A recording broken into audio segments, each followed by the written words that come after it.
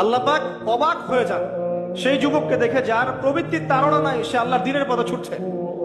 এই যুবককে দেখে আল্লাহ পাক অবাক হয়ে যান এবং তার দোয়া যেভাবে কবুল হবে, একজন মানুষ যার পাক কবরে অলরেডি চলে গেছে তার দোয়া কি সেভাবে কবুল হবে?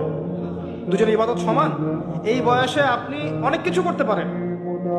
আপনি চাইলে এখন বড় সন্ত্রাসী হতে পারবেন, বড় জেনাকারী হতে পারবেন, আপনি চাইলে টিকটক সেলিব্রিটি হতে পারবেন, আপনি চাইলে এখন আরো আরো খারাপ লাইনে যে মাদক সেবন করতে পারবেন, 30-40টা গার্লফ্রেন্ড চেঞ্জ করতে পারবেন, আপনাকে কেউ বাধা দিবে না।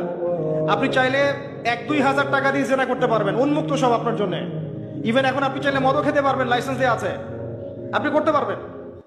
এই সময়টা আল্লাহ পাক দেখতে চান আপনি কি করেন। যদি এই সময়টা আপনি আল্লাহর দিকে ফিরে আসেন, আপনি কোরআনের দিকে ফিরে আসেন, সুন্নত অনুযায়ী জীবন যাপন করেন, আপনার জন্য অপেক্ষা করছে জান্নাত। কি চান আপনি সিদ্ধান্ত নেন।